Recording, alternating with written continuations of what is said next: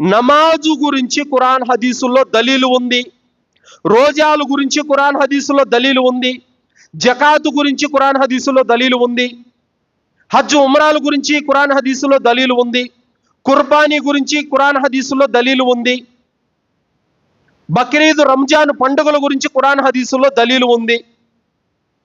మరి మిలాదున్ నబీ గురించి ఖురాన్ హదీసుల్లో దలీలు ఎందుకు లేదు? ఒకవేళ మిలాదున్ నబీ పండుగ అయితే ఖురాన్ హదీసులో ఖచ్చితంగా దలీలు ఉండేది. ఒకవేళ మిలాదున్ నబీ పండుగ అయితే గనక ప్రవక్త సల్లల్లాహు అలైహి వసల్లం వారి యొక్క బోధనల్లో తప్పనిసరిగా ఉండేది. ఒకవేళ మిలాదున్ నబీ పండుగ అయితే సహాబీలు దాన్ని ఖచ్చితంగా ఆచరించే వాళ్ళు. ఒకవేళ మిలాదున్ నబీ పండుగ అయితే తాబయీన్లు కూడా దాన్ని తప్పకుండా ఆచరించే వాళ్ళు. మరి ఖురాన్లో 114 సూరాల్లో ఎక్కడే గాని ఒక్క వాక్యంలో కూడా మీకు మిలాదున్ నబీ గురించి కనపడదు.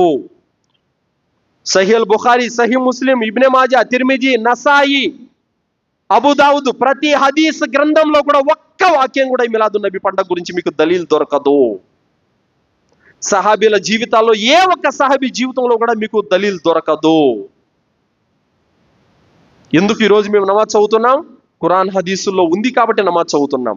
ఎందుకు మేము రంజాన్ వచ్చే రోజాలు పెడుతున్నాం? అల్లా ఆదేశం కాబట్టి, ఖురాన్లో దలీల్ ఉంది కాబట్టి పెడుతున్నాం. ఎందుకు హజ్ ఉమ్రాలు చేస్తున్నాం, జకాత్ ఇస్తున్నాం? ఖురాన్ హదీసులో ఉంది కాబట్టి చేస్తున్నాం. ఎందుకు బక్రీద్ రాగానే కుర్బానీ ఇస్తున్నాం? ఖురాన్ హదీసులో ఉంది కాబట్టి ఇస్తున్నాం. మరి మిలాదున్ నబీ పండగ గురించి లేదు, దలీల్ లేదు, ఎక్కడ కూడా లేదు, ఎక్కడ ఆధారం లేదు. నిరాధారమైనటువంటి పండుగ, బిదాతు పండుగ ఈ మిలాదున్ నబీ. ఇస్లాం ధర్మము ఆధారం లేనిదే, దలీల్ లేనిదే దేన్ని ఒప్పుకోదు.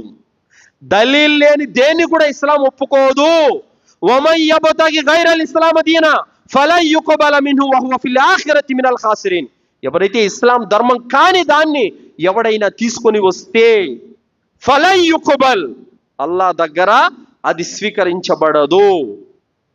వహువ ఫిల్ ఆఖిరతి మినల్ ఖాసిరీన్, అలాంటి వాడు అతి ఘోరంగా నష్టపోతాడని చెప్పాడు.